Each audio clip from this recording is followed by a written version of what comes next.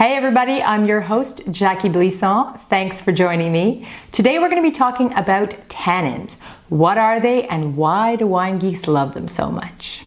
So today it's all about tannins. You might have noticed that I'm drinking tea instead of my usual glass of wine. Curious? We'll come back to that a little later on. I'm going to start with a little confession. I am lousy at science. I admire scientific minds terrifically. I just don't happen to possess one. So when I found myself in Burgundy, learning about wine science in French, I was in trouble. Our professeur started talking about tannins, and I was completely lost. The scientific explanation goes a little like this. Tannins are a class of astringent, soluble, polyphenolic biomolecules.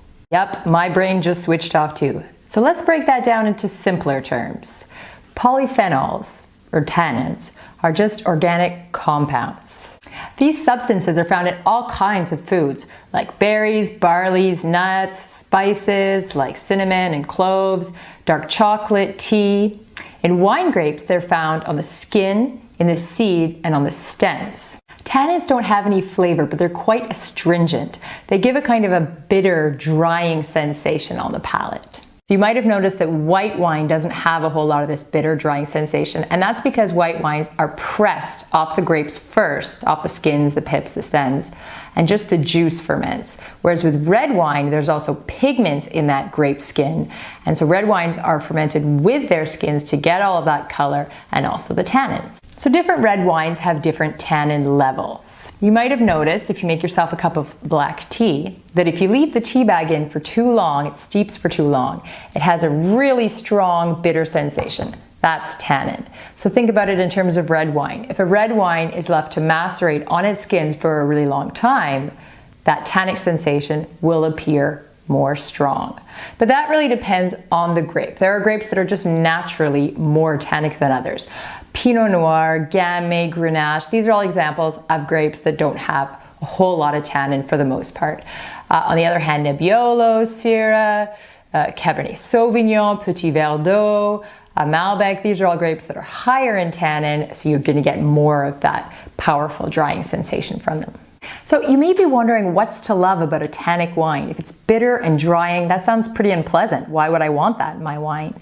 But it all comes down to context. A tannic wine, if it has sufficient body, sufficient fruit, if the tannins are really just coming through on the finish and just lifting up the wine structurally, it can add a super interesting dimension that makes the wine a whole lot more complex. Tannins are a major factor in what helps good quality red wine age. They contain natural antioxidants that help preserve a wine's aromas and flavors over time. Tannins also mellow with age.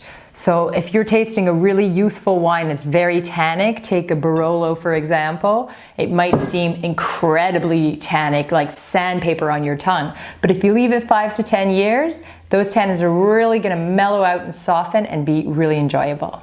A quick trick if you don't feel like waiting 10 years to drink your bottle of wine is to pair that big bold tannic wine with the juicy old steak.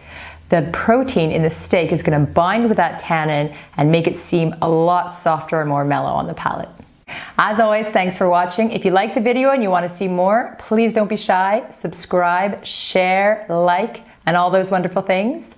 And I'll see you next week for another video in the Wine Structure series. Santé!